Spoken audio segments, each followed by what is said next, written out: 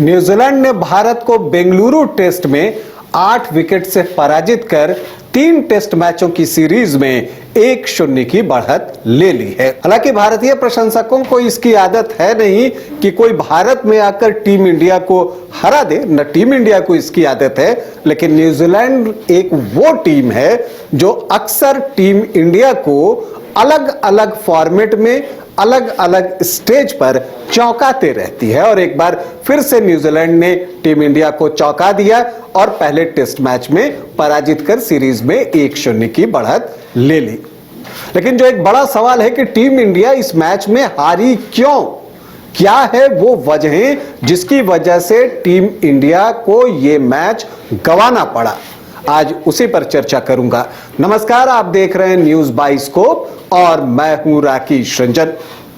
भारत और न्यूजीलैंड के बीच जो पहला क्रिकेट टेस्ट मैच बेंगलुरु के एम चिन्नास्वामी स्टेडियम में खेला गया, उस टेस्ट में भारत को शिकस्त का सामना करना पड़ा है क्योंकि न्यूजीलैंड ने 8 विकेट से मुकाबला जीत लिया है। तो भारतीय टीम क्यों हारी? अगर हम इसकी बात करें और सीधे मुद्दे पर आए तो देखिए, जो पहली वजह है वो ये वजह है कि भारतीय कप्तान पिच को सही ढंग से पढ़ नहीं पाए। जी हां, पिच को रीड करने में रोहित शर्मा से गलती हुई और उसका खामियाजा टीम इंडिया को मैच गंवाकर चुकानी पड़ी है। अगर आप बात करें तो देखिए, पिच जैसी थी उस पर तेज गेंदबाजों को इनिशियली मदद थी क्योंकि एक दिन पहले भी बारिश हुई थी, पिच कवर था तो नीचे मॉइस्चर होना तय था। बावजूद इसके रोहित शर्मा को लगा था कि आधे घंटे में यह मॉइस्चर सूख जाएगा, लेकिन ऐसा हुआ नहीं। क्यों नहीं हुआ? क्योंकि ऊपर क्लाउड था, तो उसने जो है उस पिच को सूखने नहीं दिया और ये एक परफेक्ट सिनारियो बन गया न्यूजीलैंड के तेज गेंदबाजों के लिए और उन्होंने इसका भरपूर फायदा उठाया और भारतीय टीम को सिर्फ 46 रनों पर ढेर कर दिया। भारत में ये न्यूनतम स्कोर है और जब आप 46 रन ही पहली पारी में बना पाते हैं तो वापसी की संभावनाएं लगभग खत्म हो जाती हैं और ऐसा ही हुआ। तो भारतीय टीम के हार की जो पहली और सबसे बड़ी वजह है वो ये है कि भारतीय कप्तान पिच को पढ़ने में असफल रहे। अगर हम हार की दूसरी वजह पर जाएं तो देखिए, प्लेइंग 11 का सिलेक्शन जो है वो भी सही नहीं हो पाया क्योंकि आपने पिच गलत पढ़ी थी तो आपने गलत प्लेइंग 11 भी चुन लिया।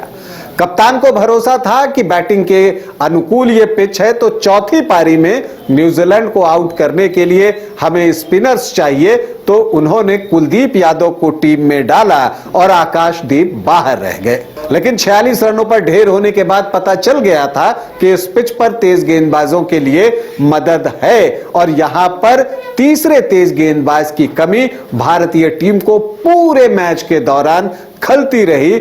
यहां तक कि खेल के आखिरी दिन भी लगा कि काश आकाशदीप इस टीम में होते, क्योंकि अगर ऐसा नहीं होता तो जसप्रीत बुमराह से एक्सटेंडेड स्पेल नहीं फेंकवाया जाता कि वो 8 ओवर का स्पेल करते। तो टीम इंडिया को पता था कि उनसे गलती हो गई है प्लेइंग 11 चुनने में। तो भारतीय हार की दूसरी वजह यह रही कि परफेक्ट प्लेइंग 11 चुनने में भारतीय कप्तान विफल रहे। अब अगर हम तीसरे कारण की ओर बढ़ें कि भारतीय टीम क्यों हारी, तो इस मैच का एक अगर आप देखें तो स्वभाव रहा।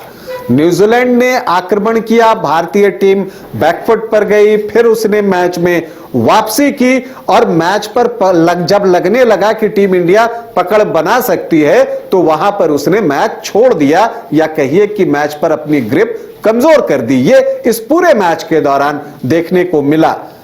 ऐसा नहीं था, न्यूजीलैंड की टीम के भी 7 विकेट 233 रन पर गिर गए थे और यहां पर भारतीय टीम के पास वापसी का अवसर था। टीम ने वापसी कर ली थी, बस जरूरत इस बात की थी कि अंतिम 3 विकेट जल्दी लिया जाए और यहां पर यह कोशिश होनी चाहिए थी कि न्यूजीलैंड की पहली पारी 250 या मैक्सिमम 275 तक समेटी जाए, लेकिन भारतीय गेंदबाज ऐसा कर पाने में असफल रहे। वहां पर सचिन रविंद्र और टीम सऊदी का जो पार्टनरशिप हुआ, 137 रनों की ये साझेदारी थी जिसने मैच की जो किस्मत है उसको तय कर दी और परिणाम को प्रभावित भी किया।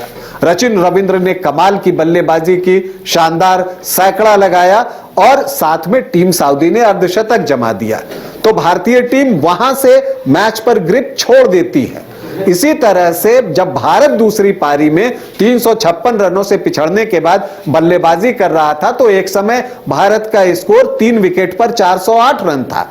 अब यहां से चूंकि 7 विकेट बचे थे तो आप क्या देख रहे थे? आप देख रहे थे कि यहां से कम 125 से 150 रन बनेंगे, लेकिन हुआ ऐसा नहीं। सिर्फ 54 रन जोड़कर भारत के 7 विकेट गिर गए।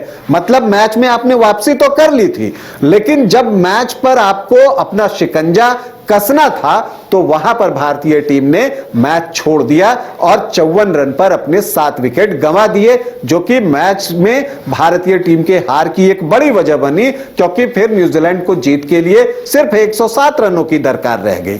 तो ये इस मैच का नेचर रहा। तो ये एक बड़ी वजह है कि भारतीय टीम इस मुकाबले में क्यों हारी। तो उसकी एक बड़ी वजह है कि मैच पर जब भी भारतीय टीम ने पकड़ बनाई, उसने शिकंजा कसने के बजाय अपनी पकड़ ढीली कर दी, मैच को छोड़ दिया। तो ये एक हार की बड़ी वजह रही भारतीय टीम की। अब चौथे कारण की तरफ जाएं तो फील्डिंग एक बड़ा कारण है। अगर आप न्यूजीलैंड की फील्डिंग देखें और भारत की फील्डिंग देखें तो उसमें एक बड़ा गैप दिखा। न्यूजीलैंड ने जहां, अगर आप पहली पारी आपने देखी होगी, क्या कैचेस लपके थे, वो कमाल की फील्डिंग थी उनकी। और जब आप इतने कमाल की फील्डिंग करते हैं तो नेचुरली आप अपोनेंट के ऊपर एक दबाव बना देते हैं। दूसरी तरफ टीम इंडिया ने न्यूजीलैंड की पहली पारी में कई कैचेस छोड़े, मिसफील्ड की। तो वो सारी गलतियां जब आप न्यूजीलैंड जैसे क्वालिटी टीम के खिलाफ करते हैं, जो अक्सर टीम इंडिया को परेशान करती है, तब फिर आप भी परेशानी में पड़ेंगे। और यही एग्जैक्ट भारतीय टीम के साथ हुआ। तो भारतीय हार की जो चौथी बड़ी वजह रही वो भारतीय टीम की फील्डिंग रही, जो उस लायक नहीं रही। एक और वजह की बात करें तो इस पिच का, जो कि बेंगलुरु के एम चिन्नास्वामी स्टेडियम की पिच थी, उसका न्यूजीलैंड के तेज गेंदबाजों ने बेहतर उपयोग किया। क्योंकि जैसा मैंने कहा ना कि एक सिनारियो बन गया था, एक परिस्थिति उस तरह की निर्मित हो गई थी कि न्यूजीलैंड के गेंदबाज यहां पर होम फील्ड कर रहे थे। लग रहा था उन्हें कि वो घर में खेल रहे हैं, और इसका फायदा उनके तेज गेंदबाजों ने दोनों पारी में उठाया। जब भारतीय टीम सेकंड इनिंग में कोलैप्स करती है 408 पर 3 के बाद जो है, और 54 रन पर जो 7 विकेट गंवाती है, वो इसलिए क्योंकि जब दूसरी नई गेंद आई थी तो वहां पर न्यूजीलैंड के तेज गेंदबाजों ने शानदार प्रदर्शन किया। और पहली पारी में तो इतना शानदार किया कि 3 तेज गेंदबाजों के अलावा किसी चौथे गेंदबाज को लगाने की जरूरत ही नहीं पड़ी। तो ये जो बेहतर यूज है, जबकि भारतीय तेज गेंदबाज उस तरह का प्रदर्शन नहीं कर सके, चूंकि 2 ही तेज गेंदबाज थे। खेल के आखिरी दिन भी आकाशदीप की कमी महसूस हो रही थी और लग रहा था कि आकाशदीप को टीम में होना चाहिए था। तो बेहतर इस्तेमाल जो पिच का है वो न्यूजीलैंड के गेंदबाजों ने किया, भारतीय गेंदबाज उस तरह से नहीं कर सके। इसका नुकसान भी भारतीय टीम को हुआ और वो भारत की हार का एक बड़ा कारण बना। और ओवरऑल एक चीज कि किस्मत से आप नहीं जीत सकते।